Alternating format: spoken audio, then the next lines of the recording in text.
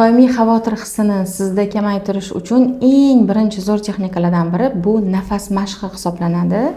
Nafas mashqi sizni shu holatingizni nima deydi, qancha siz nafasni nazorat qilishni boshlasangiz, ya'ni diafragma yoki qorin nafaslarini bajarganingizda sizda qonga kislorod kiradi va xavotir sekin-sekin kamayadi. Buning uchun men o'sha oldingi videolarimda ko'rsatgan kvadrat nafas mashqidan foydalansangiz ham bo'ladi.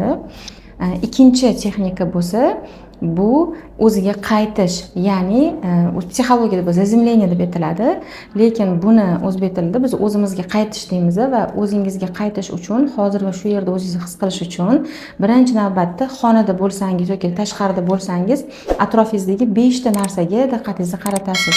Ya'ni ko'z bilan ko'ra oladigan narsalarga diqqatingizni qaratasiz va ularni sanab chiqasiz.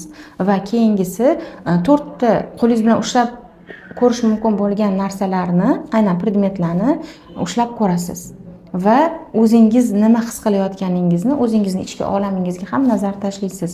Men hozir nimani his qilyapman?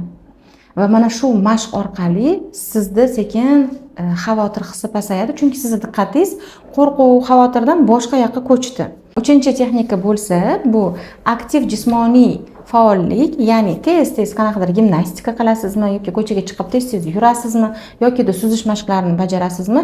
Bu nimaga kerak? Aktiv harakatlanish nima uchun insonlarning xavotirini pasaytiradi? Sababi bizda xavotir hissi paydo bo'lganda inson miyasida adrenalin va kortizol gormonlari juda ham katta miqdorda ishlab chiqarishni boshlaydi.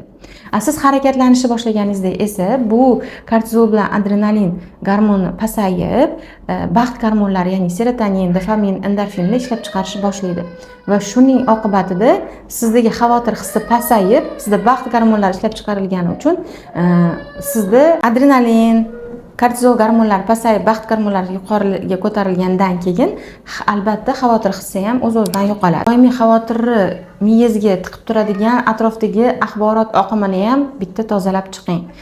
Negativ insonlar bilan kamroq gaplashing, negativ axborotlarni kuzatishni bas qiling va har xil juda ham yomon, qo'rqinchli kinolar, seriallar, nimadir hayotingizga ta'sir ko'rsatadigan, siz agar yomon emotsional inson bo'lsangiz, rostdan xavotiringizni uyg'otib yuboradigan informatsiyalardan o'zingizni himoya qiling. Yana bitta asosiy texnikalardan biri, har doim o'zingizga men xavfsizlikdaman deb aytib turing.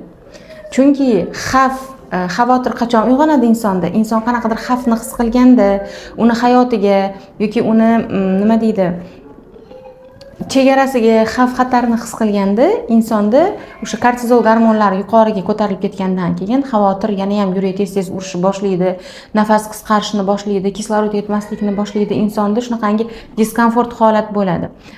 Siz buni nazorat qilish uchun esa har doim o'zingizga birinchi navbatda negativ fikrlardan qutulish uchun ularni yozib chiqarib tashlash miyangizdan va xavotirni yana ham pasaytirish uchun esa men xavfsizlikdaman deb o'zingizga doimiy aytib turing.